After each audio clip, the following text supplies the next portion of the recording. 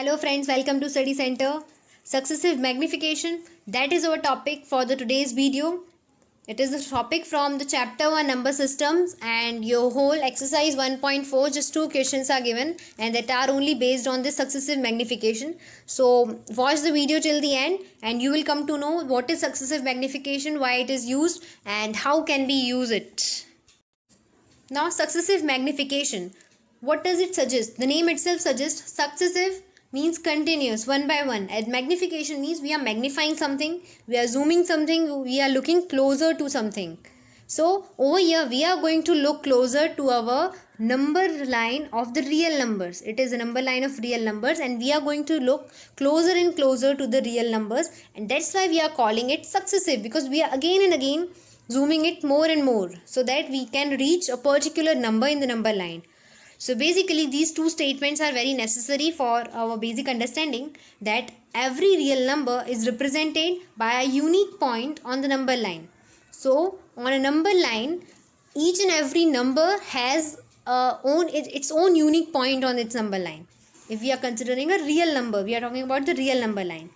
And the second point is every point on the number line represents one and only one real number. So both are just vice versa statements, but both are same only. What does it say? Second statement says that every point on the number line represents only one and one, the unique point. That is, we are saying because no other number can be represented by a same point. If we are taking a number line and we are considering a particular point at particular place, so this point will be represented by only unique number.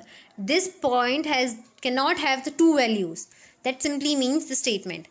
So by this what we can deduce is that we can find out every single number on the number line having a unique point. Means we cannot say we taking a real number that it cannot be represented on the number line. So how can we represent that? That we are going to study in this video. Now I hope you know what is successive magnification. Now let us know that why it is used. So we use successive magnification in real numbers in mathematics to visualize any number, any kind of number on a number line. So over here let us consider an example 3.765. It is a number that we want to represent. Now I will say that you have to represent 2 on the number line. You can easily represent. Over here you can represent that it has a 2. So but when you have a decimal number, how can we represent? Let us start. First step is to locate two numbers between which the number lies. So our number is 3.765. So first of all we have to find out that between which two numbers that number lies. Which two numbers? What does it mean? That we have to consider two integers. Consider the set of integers, not decimal numbers. So 3.765, it basically lies between two integers called 3 and 4. So we are going to magnify this portion. We are going to look closer into the portion between 3 and 4. So in the next step what we will get is magnifying those numbers. We are getting between 3 and 4 we have some more numbers called 3.1, 3.2, 3.3, 4 and consecutively 3 till 9, and then comes 4. So over here now again we have magnified this number line second time. So what we got from the magnification, now further we have to find out this number 3.765, where it can lie. So 3.7 and 3.8, the number lies between these two numbers. So we have magnified these two numbers. So we are going to magnify this number in the step 3. So in step 3 we have to consider numbers between 3.7 and 3.8. In that we have classified from 3 to 4 and we have got 3.1, 2, 3.2 and like that. So if over here 3.7 and 3.8, what the numbers you are going to get? 3.71, 3.72, 3.73 and going consecutively till 3.79 and then 3.8. There 3.765. Don't forget the number what that we have to find. 3.765. It is the number that you have to find out. So again 3.765 must lie between 3.76 and 3.77. So now again we are going to look more closer in the next step between 3.76 and 3.77. So when we will look more closer we will get between 3.76 and 3.77. What we are going to get is 3.761, 3.762, 3.763 and so on.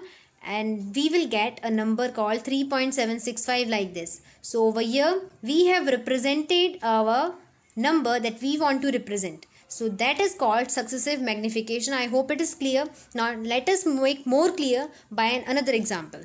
Now comes question number 2. 4.26 bar. We have to visualize it on the number line up to 3 decimal places. You know what is bar? 4.26 bar means the number will goes on like this, 4.26, 26, 26, and continuously it will be going to repeat 26, 26, 26. So till then, when we can find out the number on the number line? Yeah, we can find out, but not a finite place. We must know till how much we want to find out. So over here it is given that up to 3 decimal places you want to find out. So up to 3 decimal places, what it will become if we are going to repeat it 4.262626, we just want up 3 decimal places, means after decimal only 3 numbers. So 4.262 will be the number that you have to represent on the number line. Now again let us start with step 1. Between which two numbers this number lies? It lies between 4 and 5. So we are representing on a number line from 0 to 5, and over here we can get that by magnifying between 4 and 5. We are saying that 4.262 must lie between 4 and 5 numbers. Now again magnifying this 4 and 5, we are going to get in the next step 4.1, 4.2, 4.3, 4.4 and so on till 5. So between 4 and 5 we have this much amount of numbers. So 4.262, again find out where 4.262 must lie. 4.2 is over here, 4.3 is over here. So 4.262 must lie between 4.2 and 4.3. These are the two numbers between which it lies. So in step 3 we will magnify the values between these two numbers. Now between 4.2 and 4.3 we will get the numbers 4.21, 4.22, 4.23, 4.24 and so on till 4.29, and then comes 4.23. So where should 4.262 must lie? 4.262 must lie between 4.26 and 4.27. So we will magnify these two numbers. Again magnifying these numbers, we will get between 4.261 and 27, 4.261 and so on till 3 decimal places. We got 4.262 over here. So we have successfully represented the 4.262 number on the